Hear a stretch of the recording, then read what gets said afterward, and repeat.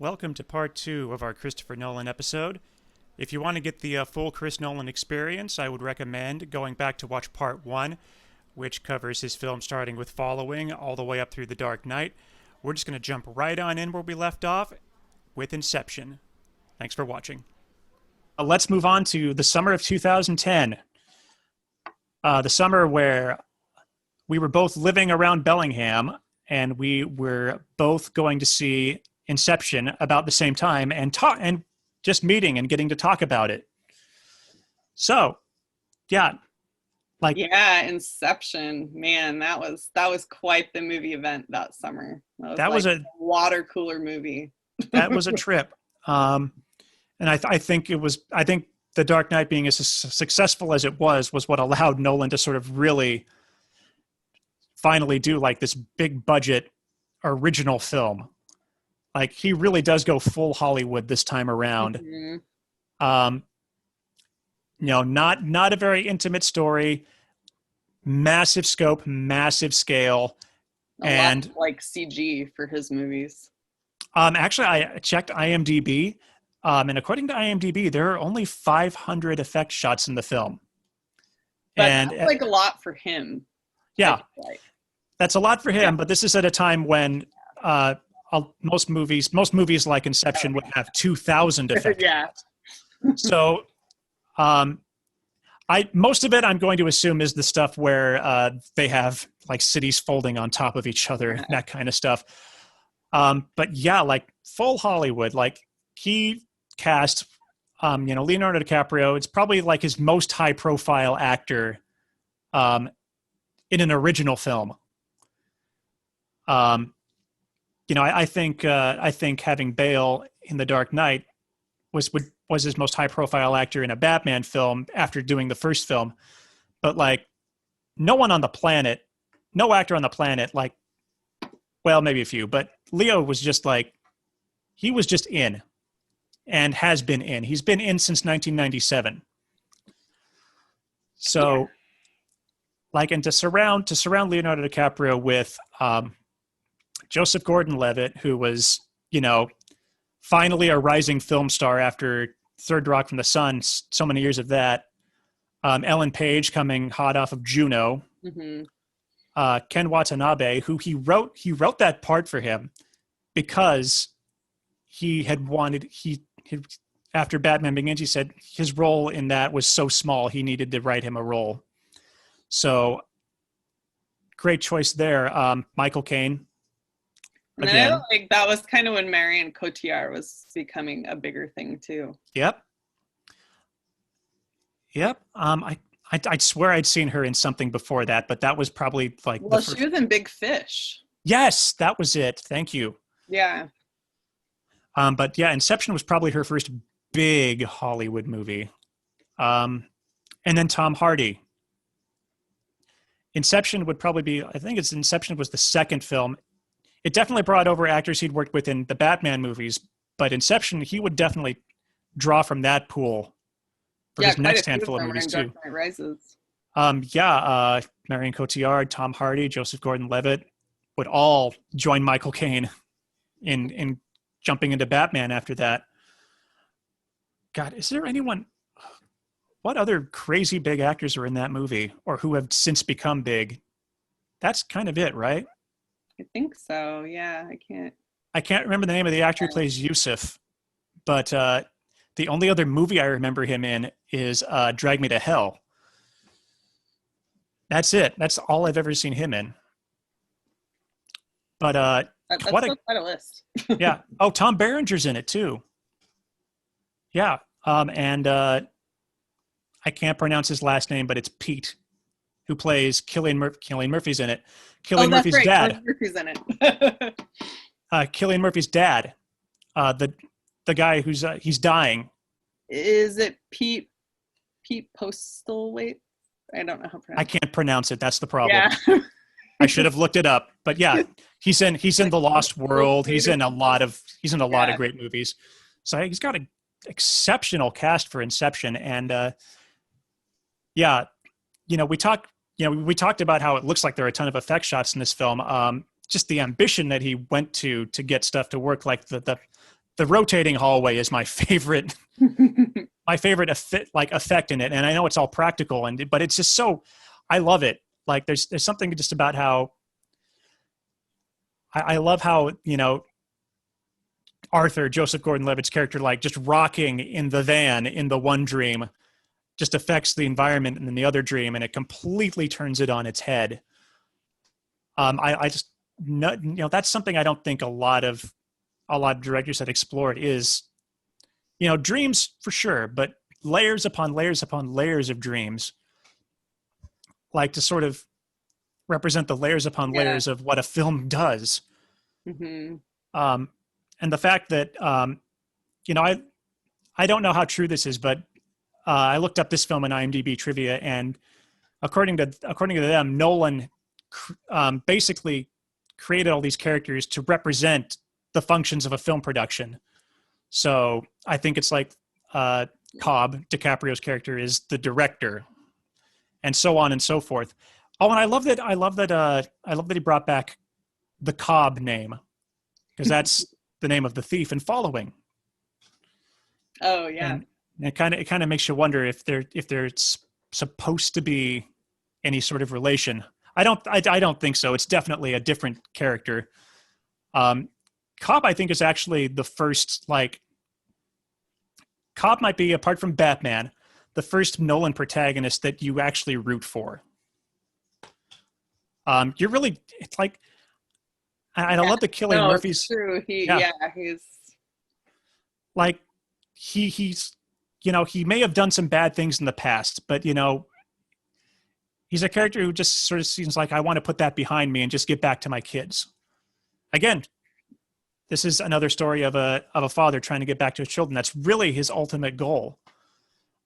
And on the other end, you have Cillian Murphy, who's the whole goal with Cillian Murphy is to reconcile his relationship with his father.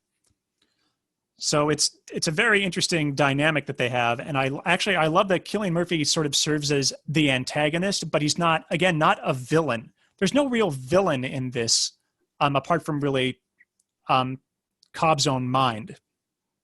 So, I mean, even though Cillian Murphy is sort of an antagonist, by the end of it, you're also kind of rooting for him too, because how wonderful would it be for him to have that reconciliation with his father, even if it's, all to get the business broken up for Ken Watanabe.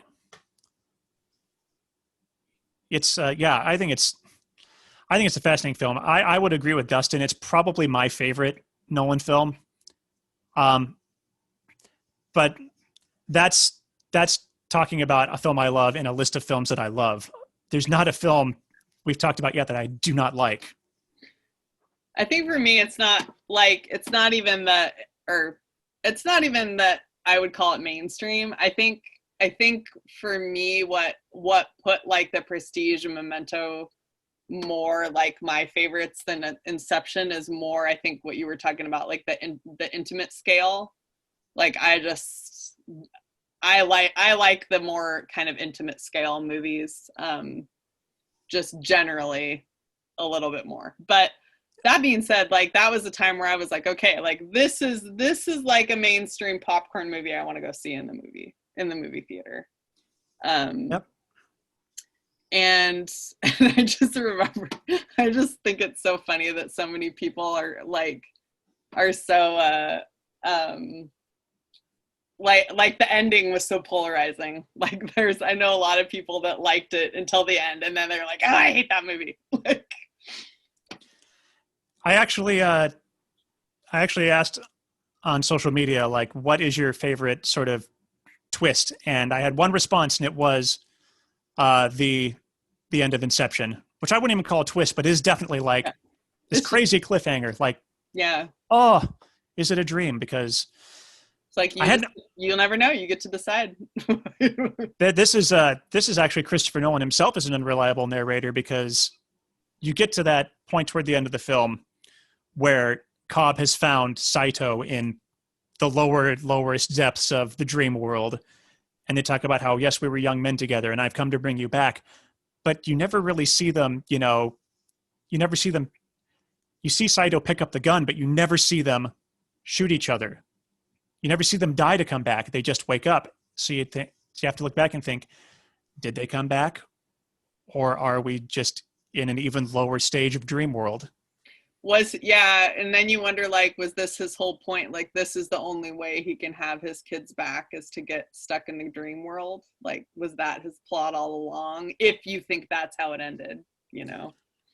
And there's another point in the film. I think it's Ellen Page interrupts him when he's spinning the top, and so you don't get to see if it falls over. And it's like, oh crap, you know, is the whole rest of the movie, like the last 40 minutes of it, is that all just a dream? You know, did we even go? I think it's even before they actually go under on the plane. So it's like, is the whole heist just a dream? Is it all in Cobb's mind? And you'll never know. And I love that. I get just like The Prestige. You'll never really know which Borden is which. It's great. It's definitely something one of the reasons I really like his movies is I am a big fan of getting to wonder about it afterwards, getting to think back about the whole movie and decide, well, maybe I think this. No, maybe I think this. Like, that's something I really like a lot. I thought the ending was brilliant, personally. Oh yeah. I mean, I was like everybody else in the theater, like, oh, but it is. It's devastating. Yeah. Because like I said, we're actively rooting for the first time, actively rooting for a Nolan protagonist, and you know, he may have failed, and we don't want that.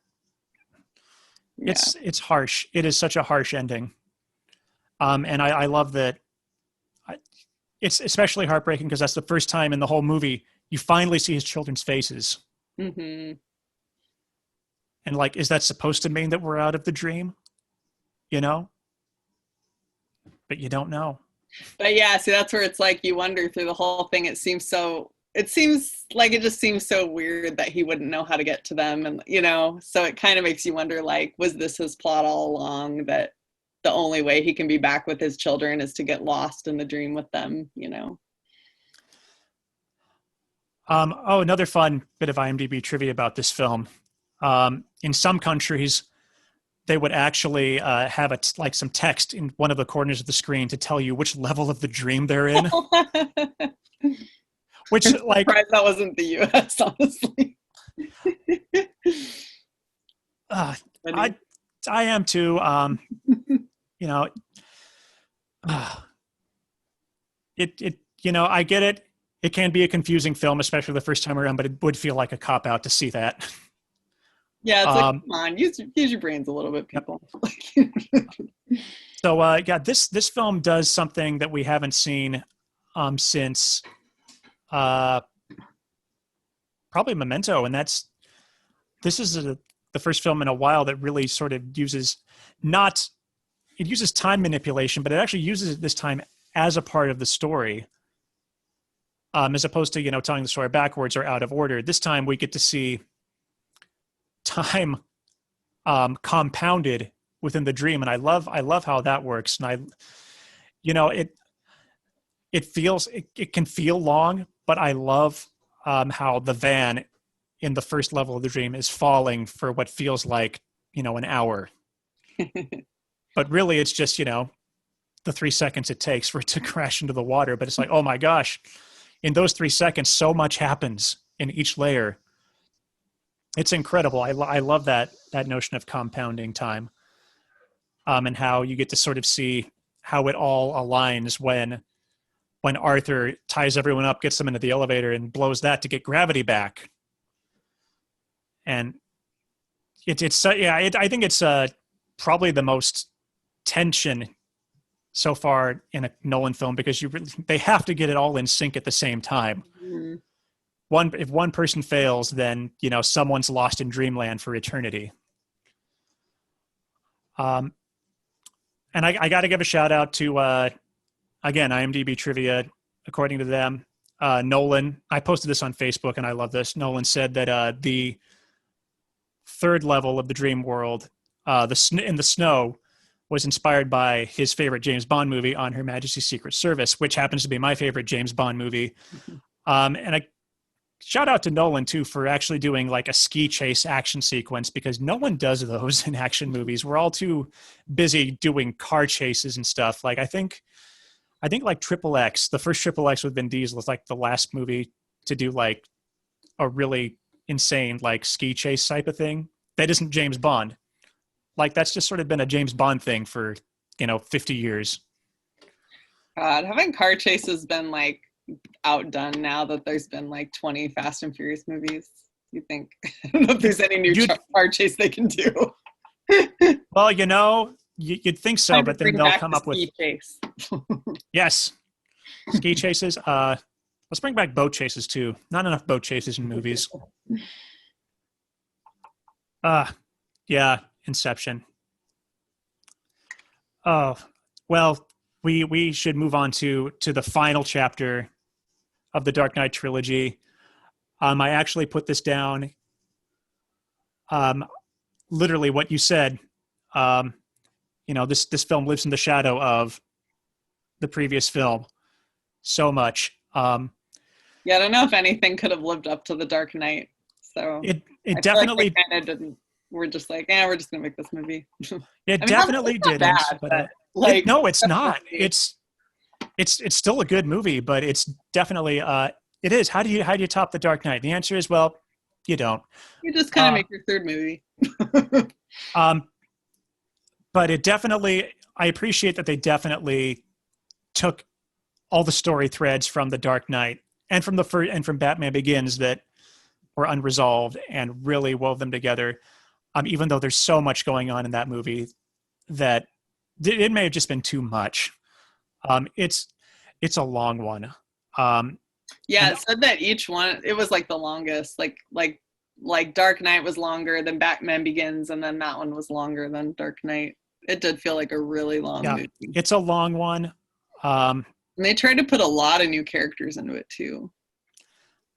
I remember back in the summer of 2008, I was hanging out with some friends, and we were just a bunch of comic book nerds, and we were, just drinking and thinking, what can they do, for the next movie? And this is right after Dark Knight, so we're already trying to think of what's next. And of course, we jumped to like, let's do the Riddler. They kind of set up the Riddler in the Dark Knight. Why not go for it? Why not do Hush? Do a really intimate Batman villain, because we've already gone kind of big with the Joker. But no, they decided to go as big as they possibly could. And I appreciate that it was Tom Hardy, because like, just like the Dark Knight, the villain made this movie.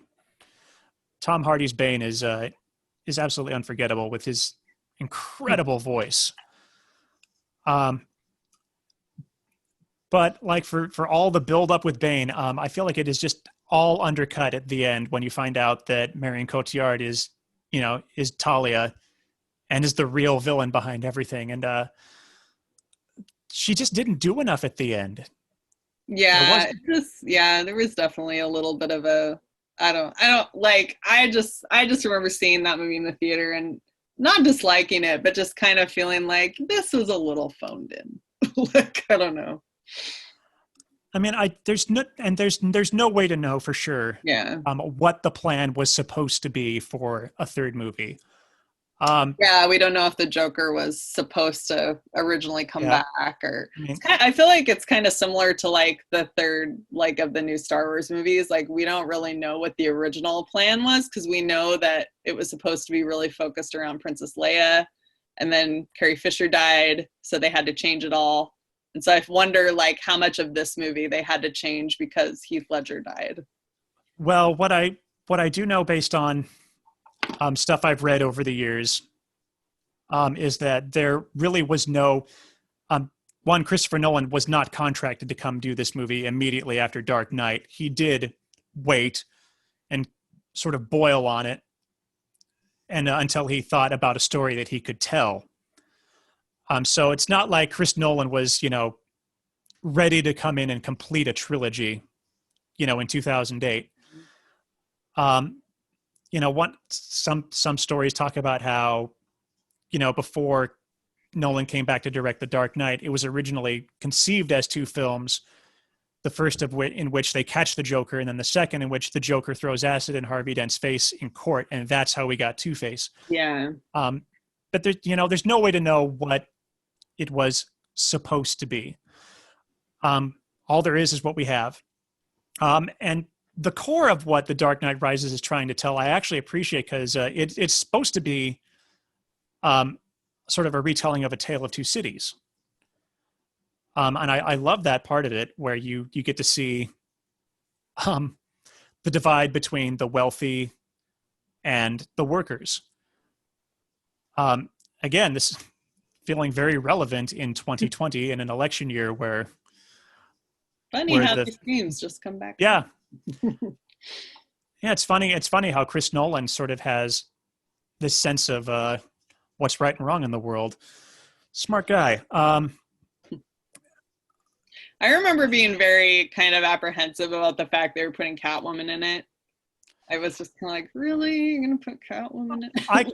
I kind of was too, but I think Anne Hathaway pulled it off well. No, again, she was actually Michelle Pfeiffer, but yeah. Despite what I said earlier, Anne Hathaway did better. She did a good job, and it was better than I thought it would be. I mean, still not quite Michelle Pfeiffer's Catwoman, but definitely a very passable Catwoman. Yep.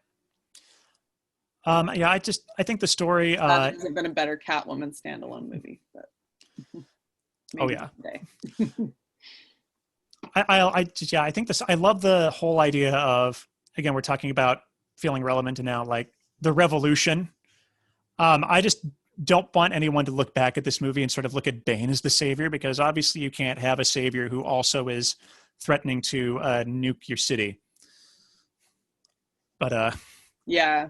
That's the scary part of revolution, is you can't, it's like, yes, we want change, but we also don't want our leaders to, also be holding a bomb over our heads and saying that's how you get your change, is we're going to threaten the very people that we're hoping to save. So it's no good. And then I thought it was interesting too that this movie kind of had a similar quality at the end to The Prestige and Inception, where it was kind of left up to your interpretation whether it was a dream or whether it was real. That I believe Christopher Nolan has confirmed that it is supposed to be real, that Bruce did survive and is off in Europe with Selena Kyle, and they get their happy ending. Yeah. I saw that too, but when it came out, it was definitely it was kind of left up to your interpretation, which is cool. It's just interesting that that kind of suddenly became a trademark for a while there. Yeah. And I get why people struggle with this one more than the other two films. Even though I still think it's a good movie, but it's like, how do you put a cap on Batman's story when, in the comic books, he seemingly lives forever? And of course, the answer is, in a realistic world, Bruce Wayne can't do this forever. He does have to, at some point, retire. And I love the concept of, anyone can wear the mask. I do think it was executed a little bit better in Spider-Man Into the Spider-Verse. Because in that world, we got to see Miles Morales and Peter Parker working side by side. In Dark Knight Rises, we don't get to see Joseph Gordon-Levitt, put on any type of mask and work side by side. You just sort of, it's hard. It feels like they kind of set up a fourth film that starts his story, but they're not going to. I thought it was funny. I read on IMDb that supposedly Christian Bale only took the role with the caveat that there wouldn't be a Robin. So it's kind of funny that they snuck one in there in the end. I don't know. Yeah, I don't know. I don't know how much of it was fan service or not. I actually like, the character of John Blake. It's, and I love that they tie it back to, John Blake is also an orphan, and he could see it in Bruce's eyes, oh, I can see it. He's Batman. That's one thing that's always been unrealistic about, comic book heroes. Yeah. And one thing a problem I think that Iron Man solved is like, you can't hide behind the mask forever. Some people are just going to find out. So, Dark Knight Rises. Christopher Nolan becomes the second director to complete a trilogy of superhero films after Sam Raimi, but realistically, the first to actually end a character arc.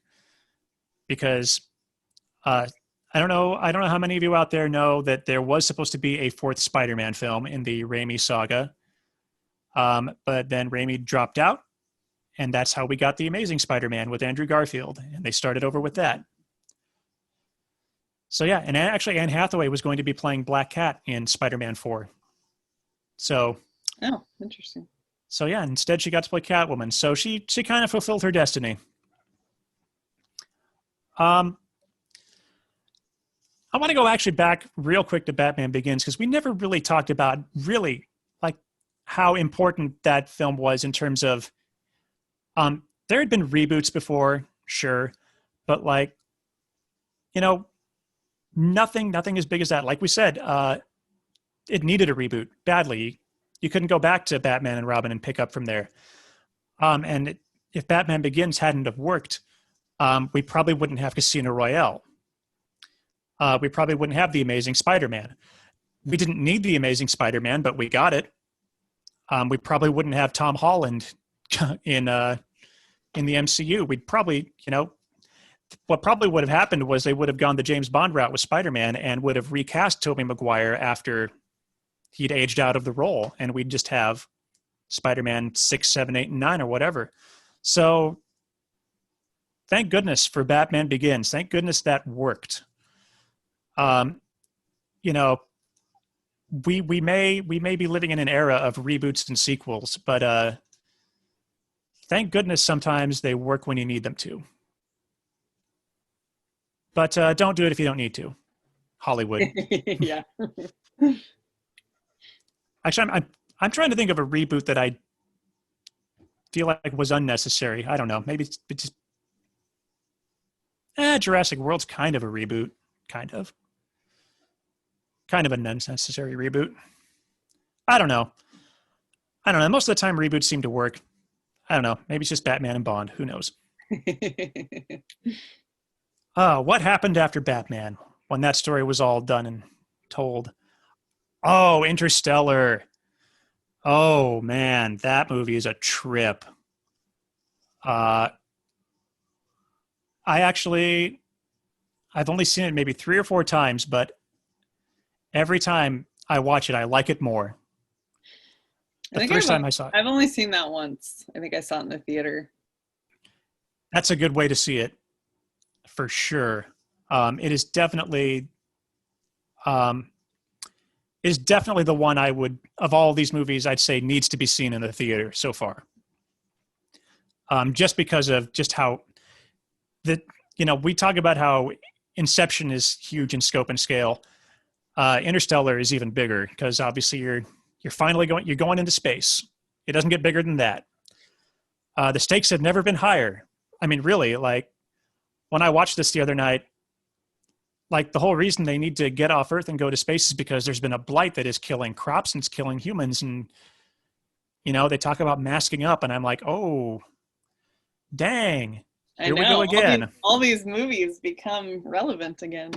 Like they mask up in this movie because of dust storms and whatnot, but it's still a mask. They still have a plague, People are dying from breathing problems. So, this is also, I don't know how he did this, but another Nolan trademark is just one-word titles. And also one-word titles in which the first syllable is just the word in. You have Insomnia, Inception, and Interstellar. They somehow must be a trilogy. I don't know how he pulled that one off. Somebody should write a thesis on that. Yep. And this film is the epitome of his trademark narrative of a father trying to reunite with his children. Um, and what a way to do it! Like to save humanity, to save his children, and like the time distortion in this film is like harder to wrap your head around than I think anything in Inception. Um, I remember the first time I saw it when you get to that ending where he's in the sort of 5-dimensional realm and he's communicating with his daughter back in time. I couldn't buy it back then. But every time I watch it, I like it more, and it's like, okay, I don't fully understand it, but I can still appreciate it because it's a movie. Um, but yeah, when he makes it back and he's younger now than his daughter, that's got to be a whole wild can of worms to open up. Like they could have done a whole movie about that. I'm Yeah, glad they that's didn't. I'm great. glad they didn't though, because this one is already, again, like The Dark Knight Rises. It's almost 3 hours. But unlike The Dark Knight Rises, it doesn't feel quite as drawn out. Um, it. I don't know how I feel about the Matt Damon cameo. Like I feel like everyone kind of put too much emphasis on that being the twist, is that it was Matt Damon the whole time. It's like that's not really a spoiler, I would say. Like it's not a Matt Damon twist. has earned twist status. Like, oh my gosh, this character has been Matt Damon the whole time. Like, no, that's not a twist. Yeah, I don't know. People are so fun. Like a director does one twist, and then it's like they have to find the twist in every other movie they make, and it's like, Well, I mean, like this film has a twist, and that's yeah, that he was communicating with his daughter in time the whole, you know, from the beginning. And it's like that's the twist, but I think everyone was so shocked that it was Matt Damon. Um, gosh, I really don't have that much to say about Interstellar, but like, it's it definitely like all not it was a good movie. It's not my favorite, but I feel like that's way more on a personal level. Not that there's anything wrong with the movie. Much like The Prestige is one of my favorites because I love magicians. Interstellar is not one of my favorites because space isn't my favorite like subject in a movie, but it was still, I mean, it was still a really interesting yeah, movie and a really interesting premise. I feel like it was a little, at a little, I don't know. I mean, it's like, it's a little weird to me that he would leave his kids, like, I mean, I get that he's leaving them to like save them, but at the same time, like they kind of had nobody, like, it's just, I don't know. Like that was a little yeah. heart-wrenching to me and I had a hard Oh, time it is. getting past that, but It's very heart wrenching. I think yeah. actually, I think Matthew McConaughey gives one of the best performances in any Nolan film, just because like that scene where he's driving away and he's crying is like, Yeah, I dang, just that's hard to watch. That yeah, is not only one of the best performances in a Nolan film, that's one of Matthew McConaughey's best performances. Like yeah, this was made during that his sort of career renaissance as well. yeah. It was. It was good. It was good to see him back making like great films. Um, and I kind of sad that we haven't seen him come back for Nolan. Because we got to see Anne Hathaway come back from Dark Knight Rises. This was a big one for her. I think it was just her and Michael Caine were the only regulars for this one. Um, Yeah. who else is? Why can't I remember her name? Red hair. She's in The Help. Oh, is it Jessica Chastain. Chastain? Yeah. Yeah, Jessica Chastain I is. was almost gonna say Bryce Dallas Howard because sometimes I get them. I don't get them mixed up, but like if I haven't seen the movie recently and I know it was a redhead, I like No, those two are. I will say those two are very easy to mix up. they do. Yeah, they look alike. Um, yeah, another great. It's just another great ensemble film from Nolan. Not quite as action driven as Inception, but definitely very very cerebral. I feel I like don't it's know. not quite as fun either. No, it's not. Like it's definitely more of a heavy movie, similar to like The Dark Knight. It was kind of a heavy movie. Well, I mean, that's because the twist in this film is depressing as Yeah. heck. Like the twist, and for those of you who've seen it, I can say, spoiler alert here, the twist is that the plan is never supposed to work. Like they're never supposed to be able to bring people to another planet, nor are they supposed to ever be able to find a way to launch the space station off of Earth. It's basically they're sending Adam and Eve to repopulate, humanity on another planet and leave everyone else to die. It's really depressing. And thank goodness that, that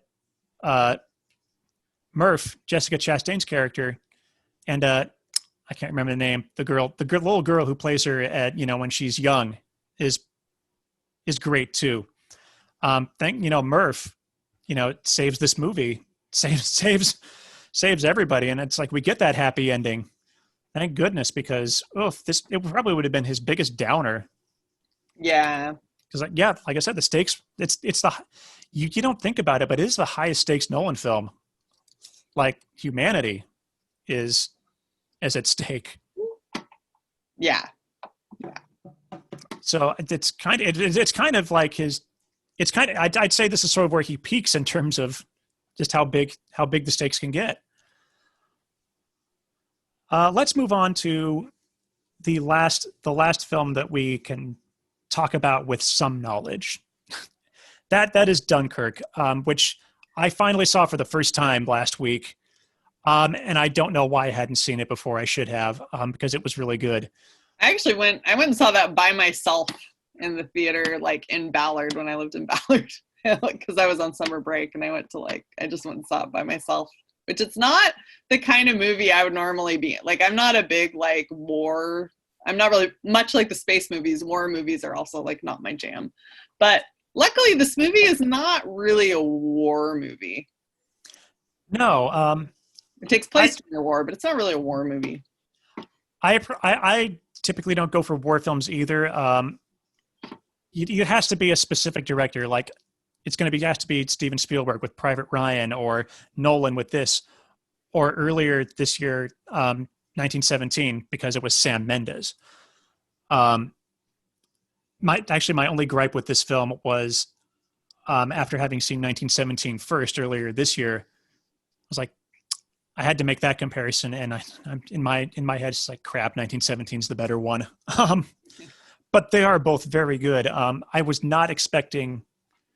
I really didn't know anything going into Dunkirk, and then realized, oh, he's playing with time again. Dunkirk to me felt like following. He took that whole concept of, the order of events and following, and did it on a grand scale.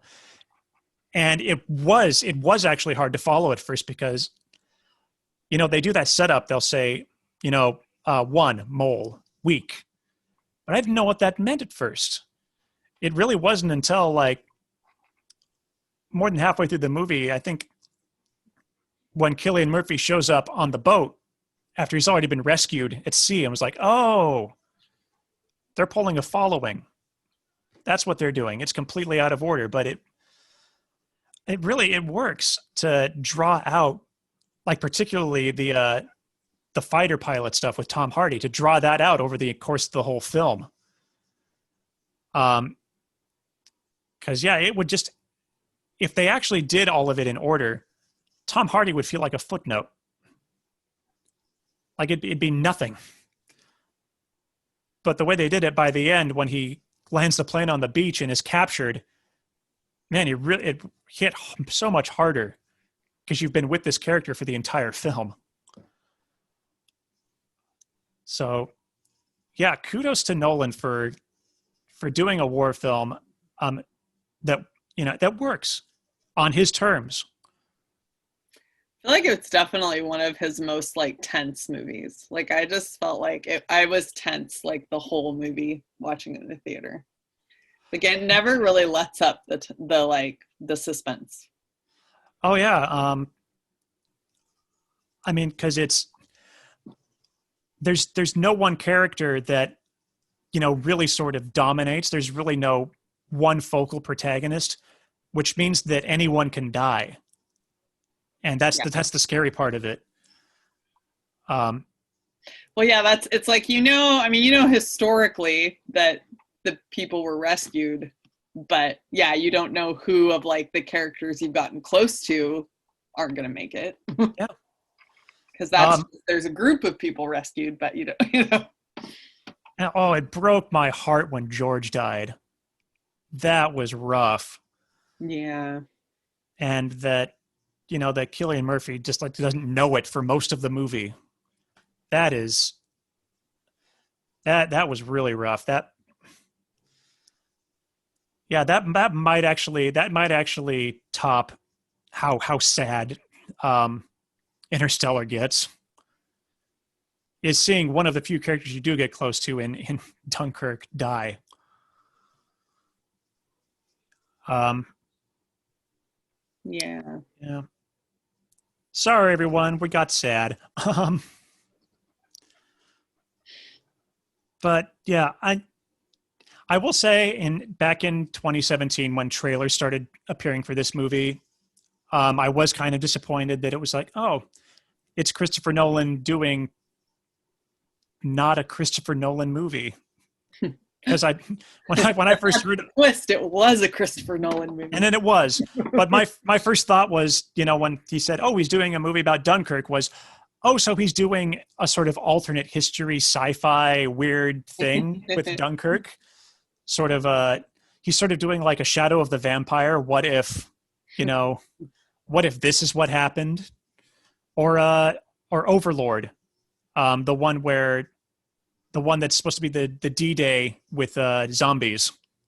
It's like, oh, cool. He's going to do something weird. And it's like, well, yeah, technically as a piece of crafted film, yes, it is weird, but the story itself is very straightforward. But thank goodness it wasn't that, because I think he did a very good job. Yeah. And we have some more repeat actors. You were saying that Michael Caine is a voice on the radio or an announcer. Yeah, Cillian Murphy, you have Tom Hardy. Is there anybody else?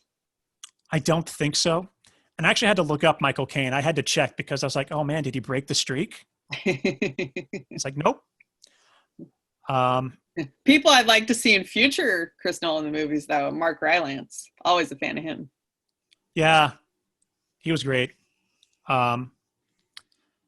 We do get to see, or rather we don't get to see, Kenneth Branagh in Tenet.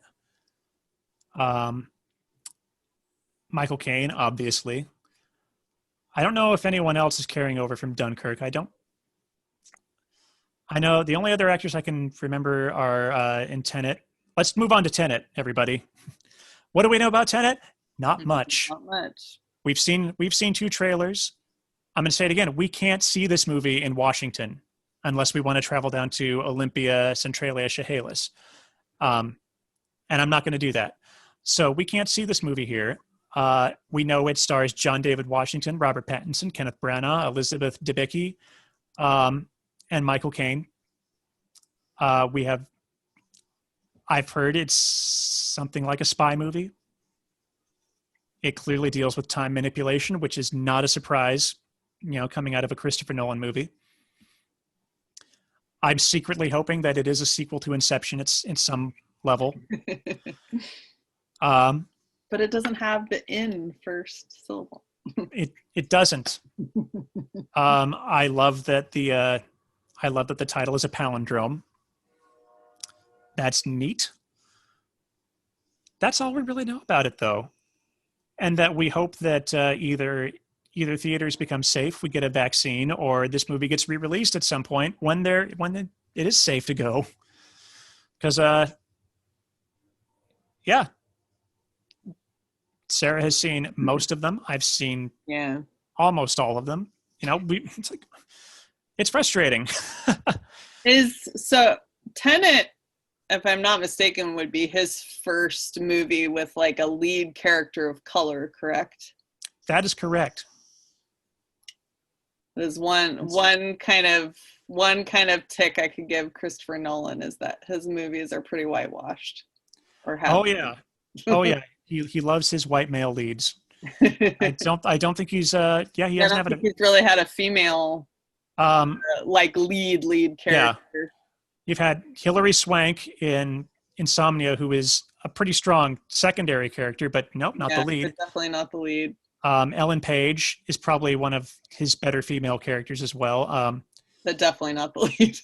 Not the lead. I can't even. Actually, probably. I almost want to feel like Interstellar might have been the strongest kind of Oh, male presence.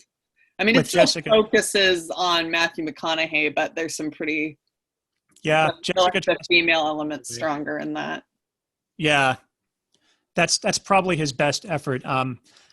We can just skip right over the Batman movies and the Prestige because we've talked about how much we love Rebecca Hall and the Prestige, but like that movie is The Magicians all the way.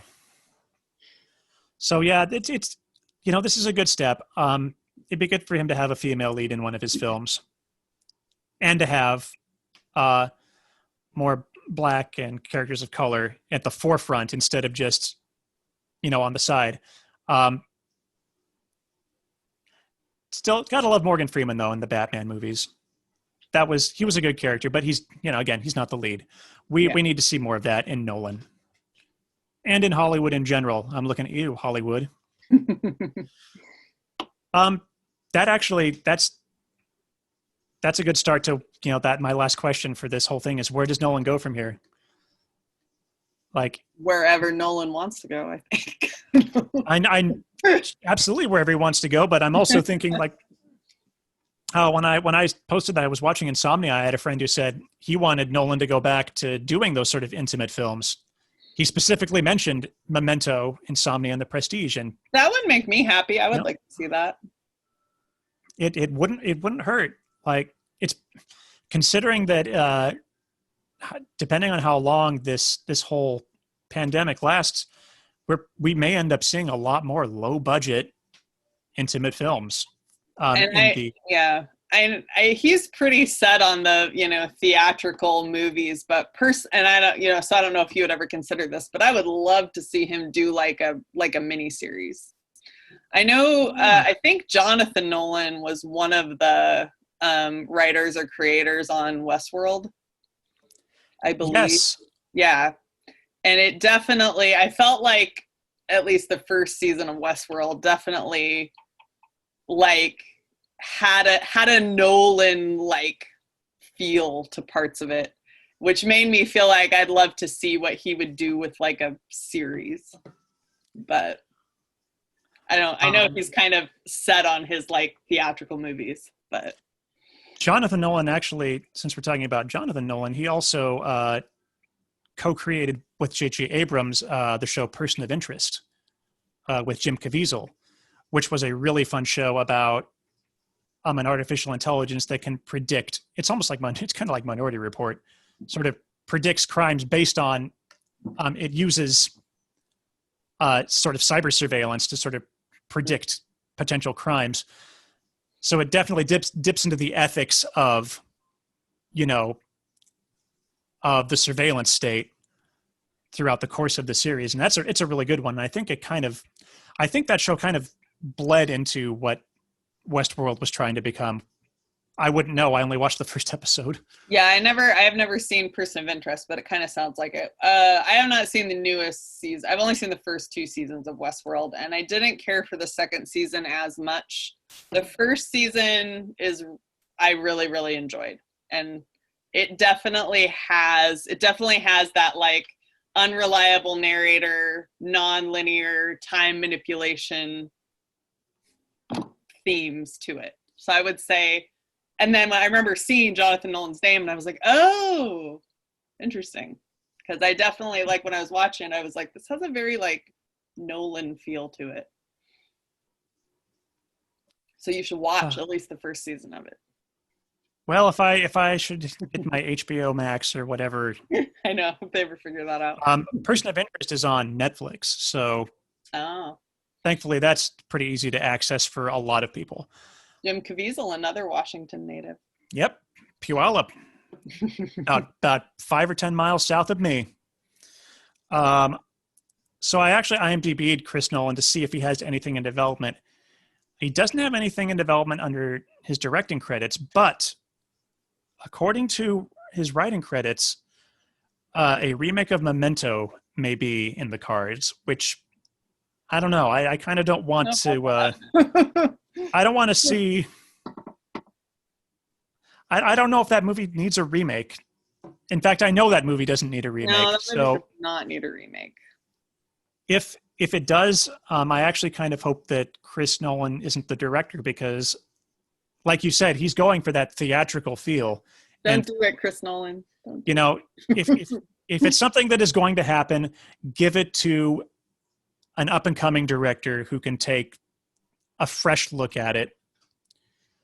But don't give it the grand modern Christopher Nolan look. We don't need that. No, that was perfect. Doesn't need to be. Yep. Doesn't need to be touched. All right, so we've been talking a lot about Chris Nolan, so I think it's going to be about time to wrap things up. So that brings us to trivia, and guess what? This is your chance to pull super far ahead of everybody since you're the only one here. So, you are currently at 2. You're 2 for 2. Marit has 1. Andrea has 1. Poor Dea, is still standing at 0. We'll catch her up. We decided that the grand prize should be an Amazon gift card, which everyone joked I should just be able to have very easy access to.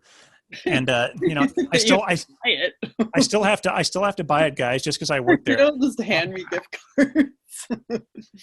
That is not a benefit of working at Amazon, in case any of you out there were wondering. They don't just give us free gift cards. So, our trivia. And remember, everyone, you can submit your multiple choice question to fisheyelenssseesall@gmail.com, just like no one did this time, so I had to come up with something. So, Sarah, your question is, Jeremy Theobald, who plays the protagonist in Following, has appeared in 2 other Christopher Nolan films. One is Tenet, and I'm giving you that for obvious reasons. The other is one of the 4 films. Is it A, Insomnia, B, Batman Begins, C, The Prestige, or D, Interstellar? I think I know this one. I think it's Batman Begins. All right, is that your final answer? Yes. You are correct. It is Batman Begins. He is one of the he's like one of the water station operators who appears at the end of the film. So, yeah, I thought that was a nice touch. Kind of surprised he doesn't show up as other random characters in some of his other films. I thought I read too that isn't the girl that was then Following had a small role in Batman Begins too. I believe she does. Yeah. So I can't remember her name, but I can't remember her name off the top of my head, but I think I remember reading that. So that's a lot of Christopher Nolan to dissect. Guessing this is going to be a 2-part episode too. This may be a 2-part episode as we have gone over the 2-hour mark. So thank you everyone for joining in. The next episode should be the 60th anniversary look at Psycho with Ben and Dea. So that'll be fun. The 60th anniversary Blu-ray drops this week, and it's supposed to have long lost footage. I don't know if it's going to be integrated into the film or just as a special feature, but hey, that's pretty cool that footage hasn't been seen for 60 years. So yeah, Psycho next week should be what's going on. If not, well, who knows? So thank you, Sarah, for coming back to do this special us-centric episode. Thank you, everyone. It was fun to have an excuse to rewatch some of his movies. I wish I could have rewatched all of them like you did, but it was fun to rewatch some of them. I had Yeah, it was fun, but it was also like I said before that we started recording, I literally finished The Dark Knight Rises 20 minutes before we started recording, so it was definitely close. But yeah, totally worth it. Um, all right, so that's our show for today. For the Sunday matinee, I'm Ben Stahl. You've just been listening to me and Sarah ramble about Christopher Nolan. We will catch you next week. Bye, everybody.